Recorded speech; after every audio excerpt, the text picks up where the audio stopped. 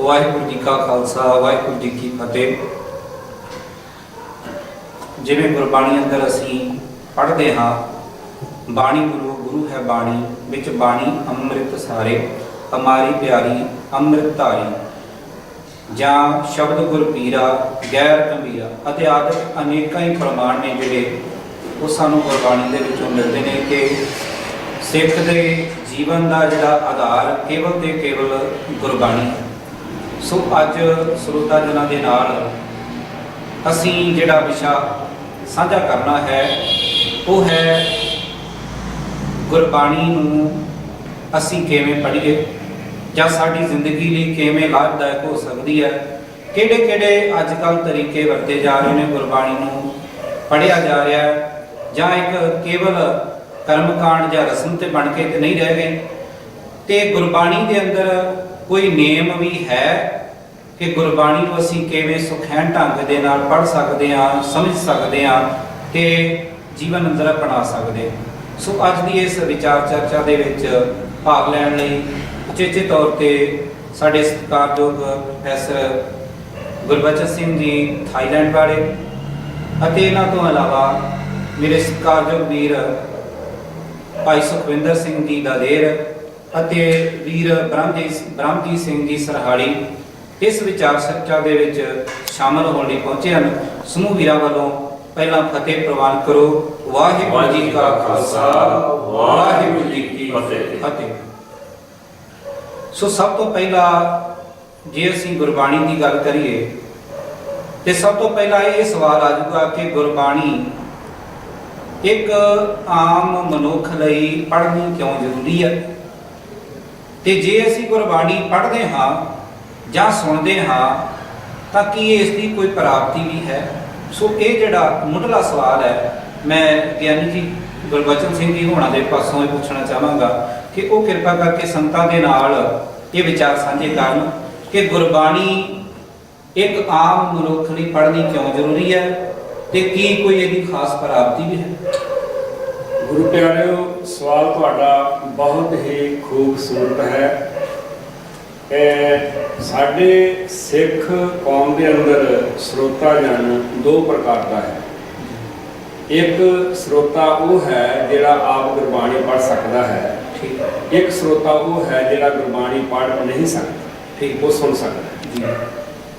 सानू ताकीद की गई है कि हर सिख जिहड़ा है गुरमुखी अखरां नूं सिखे ते गुरबाणी का अभ्यास करे ते जे वो नहीं कर सकता तो सुन लगे।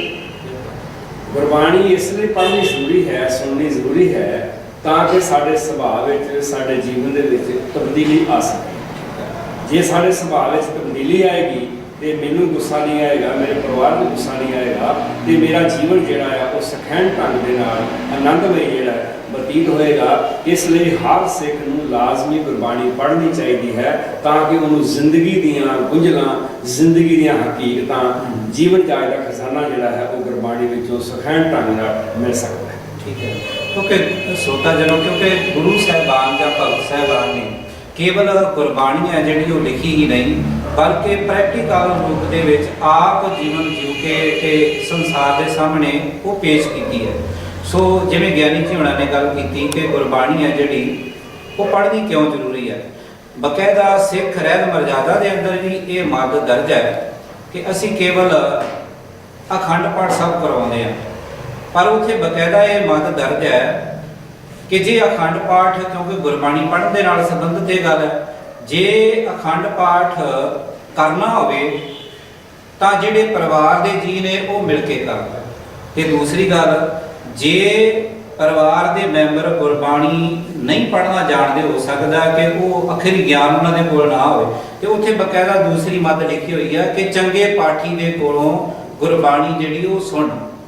ये किते भी नहीं लिखा होया कि पाठ करवाउणा ते आप किते होर बैठ जाना, बल्कि उत्थे बकायदा ये गल लिखी गई है ना करवाउण दी गल है ते ना ये जिहड़ी गल की गई है कि असीं किसी दूसरे के कोलों पाठ करवा के फिर सानूं फल प्राप्त होगा।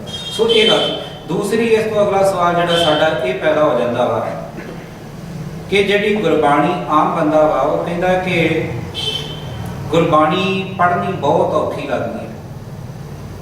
ਕੁਝ ਵੀਰ ਭੈਣ ਨੇ ਜਿਹੜੇ ਹੋ ਸਕਦਾ ਹੈ ਕਿ ਉਹਨਾਂ ਨੇ MA ਜਾਂ PhD ਜਿਹੜੀ ਡਿਗਰੀ ਹੈ ਦੁਨਿਆਵੀ ਪੜ੍ਹਾਈ ਉਹ ਕੀਤੀ ਹੋਵੇ, ਉਹ ਪੰਜਾਬੀ ਦੇ ਅਖਬਾਰ ਨੇ ਜਿਹੜੇ ਜਾਂ ਕਿਤਾਬਾਂ ਨੇ ਕਿਸੇ ਕਹਾਣੀਆਂ ਨੇ ਉਹ ਤਾਂ ਬੜੇ ਸੌਖੇ ਢੰਗ ਨਾਲ ਕਹਿੰਦੇ ਕਿ ਅਸੀਂ ਸਮਝ ਲੈਂਦੇ ਹਾਂ, ਪੜ੍ਹ ਲੈਂਦੇ ਹਾਂ, ਪਰ ਜਦੋਂ ਅਸੀਂ ਗੁਰਬਾਣੀ ਪੜ੍ਹਦੇ ਹਾਂ ਉਹ ਸਾਨੂੰ ਬਹੁਤ ਔਖੀ ਪ੍ਰਤੀਤ ਹੁੰਦੀ ਆ ਕਿ ਸਾਨੂੰ ਪੜ੍ਹਿਆ ਨਹੀਂ ਜਾ ਰਿਹਾ, ਸਮਝ ਨਹੀਂ ਲੱਗ ਰਹੀ ਕਿ ਅਸੀਂ ਇਹ ਅੱਖਰ ਨੂੰ ਕਿਵੇਂ ਉਚਾਰਨ ਕਰੀਏ। ਸੋ ਵੀਰ ਬ੍ਰਹਮਜੀਤ ਸਿੰਘ ਜੀ ਦੇ ਕੋਲੋਂ ਮੈਂ ਪੁੱਛਣਾ ਚਾਹਾਂਗਾ ਕਿ ਗੁਰਬਾਣੀ ਸੌਖੇ ਢੰਗ ਨਾਲ ਕਿਵੇਂ ਪੜ੍ਹੀ ਜਾ ਸਕਦੀ ਆ, ਤੇ ਇਹ ਸਾਨੂੰ ਔਖਿਆਈ ਕਿਉਂ ਮਹਿਸੂਸ ਹੁੰਦੀ ਆ ਕਿ ਗੁਰਬਾਣੀ ਜਿਹੜੀ ਆ ਸਾਨੂੰ ਸਮਝ ਵਿੱਚ ਨਹੀਂ ਆ ਰਹੀ। ਜਿਵੇਂ ਪੰਜਾਬੀ ਆ ਉਹ ਹਰ ਇੱਕ ਬੰਦਾ ਪੜ੍ਹ ਸਕਦਾ, ਪਰ MA ਜਾਂ PhD ਕਰਨ ਤੋਂ ਬਾਅਦ ਵੀ ਕਈ ਜਿਹੜੇ ਸੱਜਣ ਨੇ ਉਹ ਗੁਰਮੁਖੀ ਨੂੰ, ਗੁਰਬਾਣੀ ਨੂੰ ਪੜ੍ਹਨ ਵਿੱਚ ਔਖਿਆਈ ਮਹਿਸੂਸ ਕਰਦੇ ਨੇ।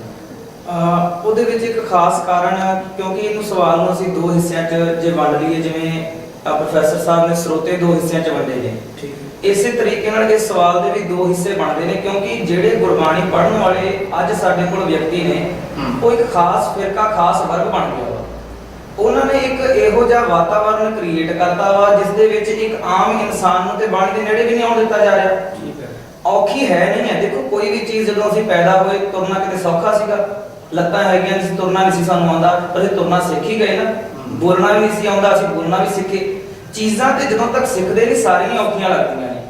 ਸਭ ਤੋਂ ਜ਼ਿਆਦਾ ਗੁਰੂ ਨਾਨਕ ਸਾਹਿਬ ਮਹਾਰਾਜ ਦੀ ਇਹ ਕਿਰਪਾ ਰਹੀ ਹੈ ਕਿ ਬਾਕੀ ਸਾਰੇ ਧਰਮ ਗ੍ਰੰਥ ਜਿਹੜੇ ਨੇ ਉਹ ਖਾਸ ਬੋਲੀ ਦੇ ਵਿੱਚ, ਜਿਹਨੂੰ ਕਿ ਆਮ ਤੌਰ ਤੇ ਦੇਵ ਭਾਸ਼ਾ ਆਖੀ ਗਈ, ਉਹਨਾਂ ਵਿੱਚ ਲਿਖੇ ਗਏ। ਸਤਿਗੁਰੂ ਤੇ ਕਿਰਪਾ ਇਤਨੀ ਸਧਾਰਨ ਬੋਲੀ, ਆਮ ਬੋਲੀ ਜਿਸ ਨੂੰ ਅਸੀਂ ਆਪਣੀ ਮਾਂ ਬੋਲੀ ਕਹਿੰਦੇ ਆ, ਉਹਦੇ ਵਿੱਚ ਸਤਿਗੁਰੂ ਨੇ ਸਾਨੂੰ ਉਪਦੇਸ਼ ਸਾਡੀ ਝੋਲੀ 'ਚ ਪਾਇਆ, ਲਓ ਵੀ ਸਾਰੇ ਪੜ੍ਹ ਸਕਣ, ਸਾਰਿਆਂ ਵਾਸਤੇ ਬਰਾਬਰ।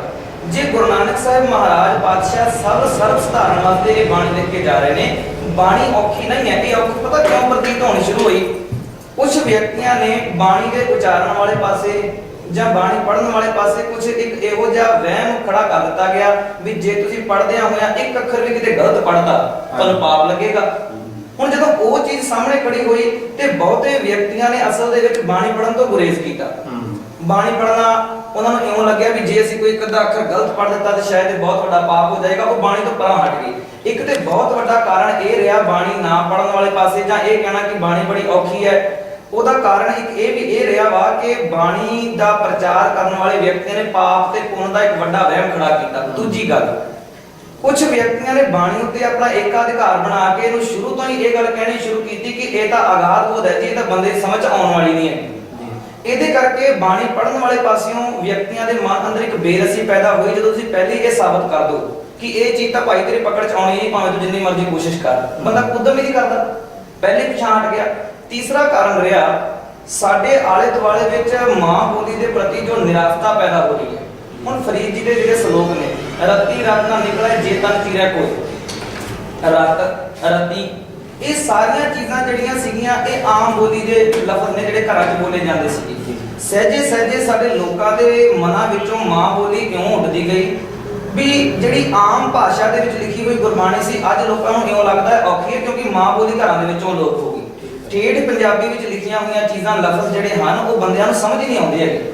ਇਹ ਵੀ ਕੁਝ ਕਾਰਨ ਰਿਹਾ ਮਾਂ ਬੋਲੀ ਪ੍ਰਤੀ ਨਿਰਾਸ਼ਤਾ। ਲੋਕਾਂ ਨੇ ਜਿਹੜਾ ਇੱਕ ਅਡੰਬਰ ਰੱਖ ਲਿਆ ਆਪਣੇ ਵਾਲੇ ਪਾਸਿਓਂ ਵੀ ਇਹ ਪਾਪ ਹੈ, ਇਹ ਪੁੰਨ ਹੈ, ਇਸ ਤਰ੍ਹਾਂ ਪੜ੍ਹ ਲਓ ਕਿਤੇ ਪਾਪ ਲੱਗ ਜਾਏਗਾ, ਮਰਿਆਦਾਵਾਂ।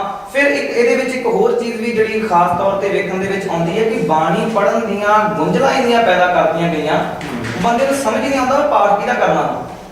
ਬੰਦਾ ਮੰਨ ਲਓ ਜਪਜੀ ਸਾਹਿਬ ਪੜ੍ਹਨਾ ਸ਼ੁਰੂ ਕਰਦਾ, ਉਹਨੇ ਜਪਜੀ ਸਾਹਿਬ ਦਾ ਗੁਟਕਾ ਬਾਜ਼ਾਰੋਂ ਲਿਆ ਤੇ ਉਹ ਗੁਟਕਾ ਲੈ ਕੇ ਪਾਠ ਕਰਨਾ ਸ਼ੁਰੂ ਕਰਦਾ। ਹੁਣ ਪਹਿਲੀ ਵਾਰ ਜਿਹਨੇ ਜਪਜੀ ਸਾਹਿਬ ਪੜ੍ਹਨਾ ਵਾ ਉਹਨੂੰ ਲਾਜ਼ਮੀ ਜੀ ਗੱਲ ਹੈ 25 ਮਿੰਟ, ਅੱਧਾ ਘੰਟਾ, ਪੌਣਾ ਘੰਟਾ ਉਸਨੂੰ ਲੱਗ ਜਾਏਗਾ। ਉਹ ਸਹਿਜੇ ਸਹਿਜੇ ਪੜ੍ਹੇਗਾ ਜੀ। ਉਸਨੇ ਧਿਆਨ ਨਾਲ ਪੜ੍ਹਨਾ ਹੈ। ਬਾਣੀ ਦਾ ਇੱਕ ਸ਼ਰਧਾ ਵਾਲਾ ਪੱਖ, ਪਿਆਰ ਵਾਲਾ ਪੱਖ ਉਹਦੇ ਨਾਲ ਖਲੋਤਾ ਵਾ। ਜਦੋਂ ਉਹ ਗੁਟਕਾ ਖਰੀਦਦਾ ਤੇ ਉਹਨੂੰ ਭਾਈ ਆਖਦਾ ਕਿ ਤੂੰ ਬਾਣੀ ਪੜ੍ਹਨੀ ਸ਼ੁਰੂ ਕਰਤੀ ਨਾ, ਤੂੰ ਵਿੱਚ ਛੱਡ ਨਹੀਂ ਸਕਦਾ ਇਹਨੂੰ, ਤੂੰ ਰੁਕਣਾ ਨਹੀਂ ਕਿਤੇ। ਜੇ ਤੂੰ ਰੁਕ ਗਿਆ ਤੇਰਾ ਤੇ ਪਾਠ ਖੰਡਿਤ ਹੋ ਜਾਊਗਾ, ਜੇ ਪਾਠ ਖੰਡਿਤ ਹੋ ਗਿਆ ਤੇ ਤੈਨੂੰ ਅਸਲ 'ਚ ਲੱਗਣਾ ਪਾਪ। ਹੁਣ ਉਹਦੇ ਵਿੱਚ ਵੀ ਇੱਕ ਕਾਰਨ ਰਿਹਾ ਕਿ ਇਹੋ ਜਿਹਾ ਸਾਰਾ ਅਡੰਬਰ ਜੋ ਹੌਲੀ ਹੌਲੀ ਸਾਡੇ ਵਿੱਚ ਪੜ੍ਹਨ ਵਿੱਚ ਪ੍ਰਵੇਸ਼ ਕਰਦਾ ਗਿਆ, ਲੋਕਾਂ ਦੇ ਮਨ 'ਚ ਇੱਕ ਨਿਰਾਸ਼ਤਾ, ਇੱਕ ਡਰ ਬਾਣੀ ਦੇ ਪ੍ਰਤੀ ਪੈਦਾ ਹੋ ਗਿਆ, ਜਿਸ ਨੇ ਬਾਣੀ ਨੂੰ ਸਮਝਣ ਵਾਲੇ ਪਾਸੇ ਕਦੀ ਉਦਮ ਕਰਨ ਨਹੀਂ ਦਿੱਤਾ। ਨਹੀਂ ਤੇ ਇੰਨੇ ਵੱਡੇ ਵੱਡੇ ਕੰਮ ਸੰਸਾਰ ਦੇ ਵਿੱਚ ਸਰ ਕਰ ਲਏ ਗਏ। ਕਿਹੜਾ ਕੰਮ ਔਖਾ? ਧਰਮ ਗ੍ਰੰਥ ਵੀ ਲੋਕੀ ਪੜ੍ਹ ਰਹੇ ਨੇ, ਅਖਬਾਰਾਂ ਪੜ੍ਹਦੇ ਪਏ ਨੇ, ਪੰਜਾਬੀ ਦੇ ਵਿੱਚ, ਹਿੰਦੀ ਦੇ ਵਿੱਚ, ਅੰਗਰੇਜ਼ੀ ਵਿੱਚ। ਅੰਗਰੇਜ਼ੀ ਸਾਡੀ ਭਾਸ਼ਾ ਨਹੀਂ। ਮੇਰੇ ਖਿਆਲ ਮੁਤਾਬਕ ਤਾਂ ਇਹਦਾ ਵੱਡਾ ਕਾਰਨ ਇਹ ਬਣਦਾ ਆ ਕਿ ਇਹ ਜਿਹੜੀਆਂ ਤੁਸੀਂ ਗੱਲਾਂ ਕੀਤੀਆਂ ਵੀ ਲੋਕਾਂ ਦੇ ਵਿੱਚ ਜਿਹੜਾ ਬਾਣੀ ਪੜ੍ਹਨ ਪ੍ਰਤੀ ਪਾਪ ਪੁੰਨ ਦਾ ਵਿਚਾਰ ਭਾਗ ਹੋ ਗਿਆ, ਔਖੀ ਆ, ਅਗਾਧ ਬੋਧ ਹੈ, ਜਿੰਨੀਆਂ ਵੀ ਗੱਲਾਂ ਹੋਈਆਂ, ਮੇਰੇ ਖਿਆਲ ਮੁਤਾਬਕ ਇਹ ਸਾਰੇ ਦੇ ਪਿੱਛੇ ਇੱਕ ਵੱਡਾ ਕਾਰਨ ਇਹ ਕੰਮ ਕਰਦਾ ਕਿ ਕੁਝ ਇੱਕ ਗਰੁੱਪ ਐਸਾ ਜਿਹੜਾ ਵਾ ਉਹ ਪੈਦਾ ਹੋਇਆ ਸਾਡੇ ਸਮਾਜ 'ਚ, ਜਿਹੜੇ ਕੇਵਲ ਇਹੋ ਜਿਹੀਆਂ ਗੱਲਾਂ ਫੈਲਾ ਕੇ ਸਮਾਜ ਵਿੱਚ ਤੇ ਉਹ ਸਿਰਫ ਆਪਣੀ ਰੋਟੀ ਰੋਜੀ ਦਾ ਹੀ ਪ੍ਰਬੰਧ ਰੱਖਣਾ ਚਾਹੁੰਦੇ ਸੀ। ਇਹ ਤੇ ਸਿੱਧੇ ਸ਼ਬਦਾਂ ਵਿੱਚ ਕਹਿ ਲਈਏ ਕਿ ਗੁਰਬਾਣੀ ਦਾ ਵਪਾਰਕ ਸਿਸਟਮ ਉਹਨਾਂ ਲੋਕਾਂ ਨੇ ਸ਼ੁਰੂ ਕੀਤਾ ਸੀਗਾ, ਕਿਉਂਕਿ ਜੇ ਸਾਰੇ ਲੋਕ ਪੜ੍ਹਨਗੇ, ਸਾਰੇ ਲੋਕਾਂ ਨੂੰ ਸਮਝ ਆਏਗੀ ਤਾਂ ਸਾਨੂੰ ਕੌਣ ਪੁੱਛੇਗਾ। ਇਸ ਕਰਕੇ ਇਹਦੇ ਪਿਛੋਕੜ ਵਿੱਚ ਇੱਕ ਵੱਡਾ ਕਾਰਨ ਜਿਹੜਾ ਆ ਉਹ ਕੁਝ ਕੁ ਸਾਧਵਾਦੀ ਡੇਰਾਵਾਦੀਆਂ ਦਾ ਇਹ ਕੰਮ ਆਉਂਦਾ ਹੈ ਕਿ ਸਾਡੀ ਪੂਜਾ ਪ੍ਰਤਿਸ਼ਠਾ ਵੀ ਚੱਲਦੀ ਰਹੇ, ਕਿਉਂਕਿ ਲੋਕਾਂ ਨੂੰ ਬਾਣੀ ਸਮਝ ਨਹੀਂ ਆ ਰਹੀ, ਸਾਡੇ ਕੋਲ ਆਉਣ, ਸਾਨੂੰ ਮਹਾਤਮਾ ਸਮਝਣ, ਤੇ ਦੂਜਾ ਜਿਹੜਾ ਸਾਡਾ ਤੋਰੀ ਫੁਲਕਾ ਆ ਉਹ ਟੌਰ ਟਪੱਕਾ ਪੂਰਾ ਬਣਿਆ ਰਹੇ, ਲੋਕੀ ਸਾਡੇ ਤੇ ਨਿਰਭਰ ਰਹਿਣ। ਇਸ ਕਰਕੇ ਮੇਰਾ ਖਿਆਲ ਸਾਰੇ ਜਿੰਨੀਆਂ ਵੀ ਗੱਲਾਂ ਨੇ ਇਹਦੇ ਮੇਨ ਕਾਰਨ ਇਹੀ। ਇਸ ਦੇ ਨਾਲ ਇੱਕ ਹੋਰ ਚੀਜ਼ ਧਿਆਨ ਦੇਣ ਵਾਲੀ, ਕਿਉਂਕਿ ਮੈਂ ਪਹਿਲਾਂ ਹੀ ਆਰੰਭ ਦੇ ਵਿੱਚ ਇਸ ਨੂੰ ਦੋ ਹਿੱਸਿਆਂ 'ਚ ਵੰਡਤਾ ਸੀਗਾ। ਇਹਦਾ ਦੂਜਾ ਹਿੱਸਾ ਪਤਾ ਕੀ ਹੈ ਕਿ ਗੁਰਬਾਣੀ ਨੂੰ ਜਿਸ ਤਰੀਕੇ ਨਾਲ ਸੀ, ਕਿਉਂਕਿ ਸਾਡਾ ਮੇਨ ਕੁਐਸਚਨ ਫੇਰ ਉੱਥੇ ਆ ਜਾਂਦਾ ਵੀ ਜੇ ਇਹ ਤਰੀਕੇ ਨਹੀਂ ਸੀ ਪੜ੍ਹਨ ਦੇ ਜਾਂ ਇਹ ਕਾਰਨ ਸੀ ਲੋਕੀ ਨਹੀਂ ਪੜ੍ਹ ਸਕੇ ਬਾਣੀ ਨੂੰ, ਤੇ ਇਹਨਾਂ ਕਾਰਨਾਂ ਤੋਂ ਉਤਾਂ ਉੱਠ ਕੇ ਅਸਲ ਤਰੀਕਾ ਕੀ ਸੀ ਬਾਣੀ ਪੜ੍ਹਨ ਦਾ। ਜਿਹੜਾ ਤੇ ਬਾਣੀ ਪੜ੍ਹਨ ਦਾ ਅਸਲ ਤਰੀਕਾ ਹੈ ਉਹ ਅਸੀਂ ਗੁਰੂ ਨਾਨਕ ਸਾਹਿਬ ਨੂੰ ਪੁੱਛ ਲਈਏ ਤੇ ਉਹਨਾਂ ਨੇ ਇੱਕੋ ਲਾਈਨ ਦੇ ਵਿੱਚ ਸਾਰਾ ਤੱਤ ਸਾਡੇ ਸਾਹਮਣੇ ਕੱਢਿਆ ਹੈ ਵੀ ਗਾਵੀ ਹੈ, ਸੁਣੀ ਹੈ, ਮਨ ਰੱਖੀਏ ਭਾਵ। ਮਨ ਦੇ ਵਿੱਚ ਭਾਵ ਹੋਣਾ, ਪਿਆਰ ਹੋਣਾ, ਗੁਰਬਾਣੀ ਵਿੱਚੋਂ ਕੁਝ ਸਿੱਖਣ ਦੀ ਭਾਵਨਾ ਹੋਣੀ, ਇਹੀ ਇੱਕ ਚੀਜ਼ ਹੈ ਜੋ ਜ਼ਰੂਰੀ ਹੈ। ਨਹੀਂ ਤਾਂ ਇਸ ਦੇ ਇਲਾਵਾ ਗੁਰਦੇਵ ਨੇ ਆਖਿਆ ਵੀ ਕੋਈ ਗਾਵੇ ਰਾਗੀ ਨਾਦੀ ਬੇਦੀ ਬਹੁ ਭਾਂਤ ਕਰ ਨਹੀਂ, ਹਰ ਹਰ ਭੀਜੈ ਰਾਮ ਰਾਜੇ, ਜਿਨ੍ਹਾਂ ਅੰਦਰ ਕਪਟ ਵਿਕਾਰ ਹੈ ਤਿਨਾਂ ਰੋਏ ਕਿਆ ਕੀਜੈ। ਸਭ ਤੋਂ ਜ਼ਰੂਰੀ ਸ਼ਰਤ ਹੈ ਹਿਰਦੇ ਅੰਦਰ ਜਦੋਂ ਬਾਣੀ ਅਸੀਂ ਪੜ੍ਹ ਰਹੇ ਹਾਂ ਇਹ ਖਿਆਲ ਰੱਖਣਾ ਕਿ ਅਸੀਂ ਬਾਣੀ ਤੋਂ ਕੁਝ ਸਿੱਖਣਾ ਚਾਹੁੰਦੇ ਹਾਂ। ਔਗਣ ਛੋੜ ਗੁਣਾ ਕੋ ਧਾਵੋ ਕਰ ਅਵਗੁਣ ਪਛਤਾਹੀ ਜੀਓ, ਇਹ ਭਾਵਨਾ ਲੈ ਕੇ ਚੱਲਣਾ ਸੀਗਾ ਕਿ ਮੈਂ ਗੁਣਾ ਵਾਲੇ ਪਾਸੇ ਜਾਣਾ ਵਾ, ਗੁਣਾ ਦੀ ਸਮਝ ਮੈਨੂੰ ਗੁਰਬਾਣੀ ਨੇ ਦੇਣੀ ਹੈ। ਹੁਣ ਉਹਦੇ ਵਿੱਚੋਂ ਹੋਇਆ ਕੀ, ਇਹ ਚੀਜ਼ਾਂ ਅਲੋਪ ਕਿਵੇਂ ਹੋਈਆਂ, ਬਾਣੀ ਦੇ ਪ੍ਰਤੀ ਨਿਰਾਸ਼ਤਾ। ਹੁਣ ਬਾਣੀ ਪੜ੍ਹਨ ਵਾਲੇ ਪਾਸੇ ਇੱਕ ਦੂਜਾ ਨੁਕਤਾ ਜਿਹੜਾ ਕੰਮ ਕਰਦਾ ਵਾ, ਬਾਣੀ ਦੇ ਅਨੇਕਾਂ ਪ੍ਰਕਾਰ ਦੇ ਪਾਠ ਬਣਾਤੇ ਗਏ, ਸੰਪਟ ਪਾਠ। ਹੁਣ ਤੁਸੀਂ ਖੁਦ ਅੰਦਾਜ਼ਾ ਲਗਾਓ, ਸੰਪਟ ਪਾਠ ਇਕੱਲਾ ਬੰਦਾ ਨਹੀਂ ਕਰ ਸਕਦਾ, ਉਸ ਨੂੰ ਨਾਲ ਬੰਦਾ ਇੱਕ ਹੋਰ ਪੋਥੀ ਵਾਲਾ ਪਾਠ ਕਹਿ ਲਿਆ ਜਾਵੇ, ਉਹ ਨਾਲ ਇੱਕ ਬੰਦਾ ਕਰ ਰਿਹਾ ਵਾ। ਸੰਪਟ ਪਾਠ 'ਚ ਕਿਹੜੀ ਪੰਕਤੀ ਸੰਪਟ ਲਾਣਾ ਇਹ ਆਮ ਬੰਦਾ ਨਹੀਂ ਜਾਣਦਾ, ਕਿਉਂਕਿ ਇਹ ਪਾਠ ਬਣਾਤੇ ਗਏ। ਅਤੀ ਸੰਪਟ ਪਾਠ, ਸਪਤਾਹਕ ਪਾਠ, ਲਗਾਤਾਰ ਅਖੰਡ ਪਾਠਾਂ ਦੀਆਂ ਲੜੀਆਂ ਤੇ ਲੜੀਆਂ, ਇਤਨੇ ਸਾਰੇ ਤਰੀਕੇ ਨਾਲ ਬਾਣੀ ਨੂੰ ਉਲਝਾਇਆ ਗਿਆ ਵੀ ਉਹ ਹੁਣ ਆਮ ਬੰਦੇ ਤੱਕ ਪਹੁੰਚਣ ਵਾਲੀ ਚੀਜ਼ ਰਹਿ ਨਹੀਂ ਦਿੱਤੀ ਗਈ। ਇਹਨਾਂ ਵਿੱਚ ਜਿਹੜਾ ਪੱਖ ਕੰਮ ਕਰਦਾ ਨਾ, ਉਹ ਜ਼ਿਆਦਾ ਜਿਹੜਾ ਪੱਖ ਸੀ ਉਹ ਸੀ ਫਲ ਦੀ ਪ੍ਰਾਪਤੀ। ਗੁਰਬਾਣੀ ਪੜ੍ਹਨ ਦੇ ਨਾਲ ਜਾਂ ਇੰਨੇ ਪਾਠ ਕਰਨ ਦੇ ਨਾਲ ਤੁਹਾਨੂੰ ਆਹ ਫਲ ਪ੍ਰਾਪਤ ਹੋ ਜਾਊ, ਜੇ ਗਲਤੀ ਹੋ ਗਈ ਤਾਂ ਤੁਹਾਨੂੰ ਪਾਪ ਲੱਗਣਾ। ਹਾਂ, ਮੈਂ ਇਹ ਵੀ ਤੁਹਾਡੇ ਕੋਲ ਸਵਾਲ ਪੁੱਛਣਾ ਚਾਹਾਂਗਾ। ਪਹਿਲਾਂ ਤਾਂ ਆਪਾਂ ਸਵਾਲ ਕੀਤਾ ਕਿ ਗੁਰਬਾਣੀ ਜਿਹੜੀ ਆ ਉਹ ਕਿਸੇ ਨੂੰ ਪੜ੍ਹਨੀ ਔਖੀ ਲੱਗਦੀ ਹੈ ਜੀ। ਉਹਦੇ ਕੁਝ ਕਾਰਨ ਦੱਸੇ ਗਏ ਕਿ ਇੱਕ ਤਾਂ ਅਸੀਂ ਸਾਡੇ ਕੋਲ ਅੱਖਰੀ ਗਿਆਨ ਵੀ ਬਹੁਤ ਘੱਟ ਹੈ, ਅਸੀਂ ਹੋਰਨਾਂ ਭਾਸ਼ਾਵਾਂ ਨੂੰ ਬਹੁਤ ਜ਼ਿਆਦਾ ਮਹੱਤਤਾ ਦਿੱਤੀ, ਤੇ ਇੱਕ ਜਿਵੇਂ ਸਲੋਗਨ ਆਮ ਤੌਰ ਤੇ ਗੁਰਦੁਆਰਾ ਸਾਹਿਬਾਨ ਦੇ ਬਾਹਰ ਕਈ ਵਾਰ ਲਿਖਿਆ ਹੁੰਦਾ ਵੀ ਜੇ ਊੜਾ ਨਹੀਂ ਤੇ ਫਿਰ ਜੁੜਾ ਨਹੀਂ। ਮਤਲਬ ਜੇ ਸਾਨੂੰ ਪਹਿਲਾ ਮੁੱਢਲਾ ਪੰਜਾਬੀ ਪੜ੍ਹਨੀ ਨਹੀਂ ਆਈ ਤੇ ਫਿਰ ਅਸੀਂ ਗੁਰਬਾਣੀ ਨਹੀਂ ਪੜ੍ਹ ਸਕਦੇ, ਜੇ ਗੁਰਬਾਣੀ ਦੀ ਸਮਝ ਨਹੀਂ ਆਈ ਤੇ ਸਾਡੇ ਕੋਲ ਸਿੱਖੀ ਹੈ ਜਿਹੜੀ ਉਹ ਅਲੋਪ ਹੋ ਜਾਊਗੀ। ਦੂਸਰਾ ਇੱਕ ਵਿੱਚ ਹੋਰ ਜਿਹੜਾ ਪੱਖ ਉਜਾਗਰ ਹੋਇਆ ਸੀਗਾ ਕਿ ਪੁਰਾਤਨ ਜਿਹੜੀ ਬੋਲੀ ਸੀ ਉਹਦੇ ਵਿੱਚ ਸਮਾਂ ਪਾ ਕੇ ਕੋਈ ਤਬਦੀਲੀਆਂ ਆਈਆਂ। ਅੱਜ ਦੇ ਜ਼ਮਾਨੇ ਦੇ ਅੰਦਰ ਕੋਈ ਖੂਹ ਨਹੀਂ ਵਗ ਰਿਹਾ, ਕੋਈ ਹੱਟ ਨਹੀਂ, ਕੋਈ ਟਿੰਡਾ ਨਹੀਂ। ਗੁਰਬਾਣੀ ਦੇ ਅੰਦਰ ਕੁਝ ਲਫ਼ਜ਼ ਇਸ ਤਰ੍ਹਾਂ ਦੇ ਪੁਰਾਤਨ ਨੇ ਜਿਹੜੇ ਉਹ ਵਰਤੇ ਗਏ, ਅੱਜ ਦੇ ਸਮੇਂ ਉਹ ਚੀਜ਼ਾਂ ਸਾਡੇ ਸਾਹਮਣੇ ਨਹੀਂ। ਇਸ ਕਰਕੇ ਵੀ ਕੁਝ ਗੁਰਬਾਣੀ ਨੂੰ ਸਮਝਣ ਦੇ ਵਿੱਚ ਸਾਨੂੰ ਜਿਹੜੀ ਆ ਔਖਿਆਈ ਮਹਿਸੂਸ ਹੁੰਦੀ। ਸੋ ਮੈਂ ਤੁਹਾਡੇ ਕੋਲੋਂ ਅਗਲਾ ਸਵਾਲ ਇਹ ਪੁੱਛਣਾ ਚਾਹਾਂਗਾ ਕਿ ਬਹੁਤ ਸਾਰੇ ਲੋਕ ਇਸ ਤਰ੍ਹਾਂ ਦੇ ਨੇ, ਗੁਰਦੁਆਰਾ ਸਾਹਿਬਾਨ ਦੇ ਅੰਦਰ ਵੀ ਦੇਖੇ ਜਾ ਸਕਦੇ ਨੇ। ਇੱਕ ਪਾਸੇ ਕੀਰਤਨ ਹੋ ਰਿਹਾ ਵਾ, ਭਾਵੇਂ ਤੁਸੀਂ ਦਰਬਾਰ ਸਾਹਿਬ ਲੈ ਲਓ ਜਾਂ ਹੋਰ ਕੋਈ ਆਪਣਾ ਧਾਰਮਿਕ ਸਥਾਨ ਜਿਹੜਾ ਇਤਿਹਾਸਕ ਸਥਾਨ ਹੈ, ਉੱਥੇ ਬਹੁਤ ਸਾਰੀਆਂ ਸੰਗਤਾਂ ਨੇ ਗੁਟਕੇ ਲਏ ਕਿ ਤੇ ਆਪ ਉੱਥੇ ਪਾਠ ਕਰ ਰਹੇ ਨੇ, ਜਾਂ ਘਰਾਂ ਵਿੱਚ ਵੀ ਇੱਕ ਤਾਂ ਕਹਿ ਲਈਏ ਕਿ ਕਈ ਵੀਰ ਭੈਣ ਜਿਹੜੇ ਨੇ ਉਹਨਾਂ ਨੇ ਨੇਮ ਬਣਾਇਆ ਹੋਇਆ, ਜਾਂ ਕਿਸੇ ਨੇ ਬਾਬੇ ਨੇ ਕਿਹਾ ਕਿ ਤੁਸੀਂ ਇੰਨੇ ਪਾਠ ਕਰੋਗੇ ਕਿ ਤੁਹਾਨੂੰ ਆ ਜਿਹੜੀ ਪ੍ਰਾਪਤੀ ਹੋ ਜਾਓ। ਭਾਵੇਂ ਉਹ ਸੁਖਮਨੀ ਸਾਹਿਬ ਜੀ ਦੇ ਪਾਠ ਹੋਣ, ਜਪਜੀ ਸਾਹਿਬ ਦੇ ਹੋਣ, ਜਾਂ ਚੌਪਈ ਦੇ ਲੋਕ ਜਿਹੜੇ ਪਾਠ ਨੇ ਉਹ ਬਹੁਤ ਸਾਰੇ ਕਰੀ ਹੈ। ਕੀ ਇਸ ਤਰ੍ਹਾਂ ਇੱਕ ਧਾਰਨਾ ਬਣਾ ਕੇ ਗਿਣਤੀਆਂ ਦੇ ਪਾਠ ਕਰਨੇ ਕੀ ਇਹਦੀ ਕੋਈ ਖਾਸ ਪ੍ਰਾਪਤੀ ਹੈ? ਸਿੱਖੀ ਵਿਚਾਰ ਦੇ ਉੱਤੇ ਖੜੀ ਹੈ। ਠੀਕ ਹੈ। ਸਾਰੀ ਗੁਰਬਾਣੀ ਵਿਚਾਰ ਦੇ ਆਧਾਰ ਪੰਜ ਪ੍ਰਵਾਨ ਤੋਂ ਰਹਿਤ ਮਰਿਆਦਾ ਵਿੱਚ ਇਹ ਗੱਲ ਲਿਖੀ ਹੋਈ ਹੈ ਕਿ ਜੇ ਪਾਠ ਹੁੰਦਾ ਹੈ ਤੇ ਕੀਰਤਨ ਨਹੀਂ ਹੋਣਾ ਚਾਹੀਦਾ। ਜੇ ਕੀਰਤਨ ਹੈ ਤੇ ਨਾਲ ਪਾਠ ਨਹੀਂ।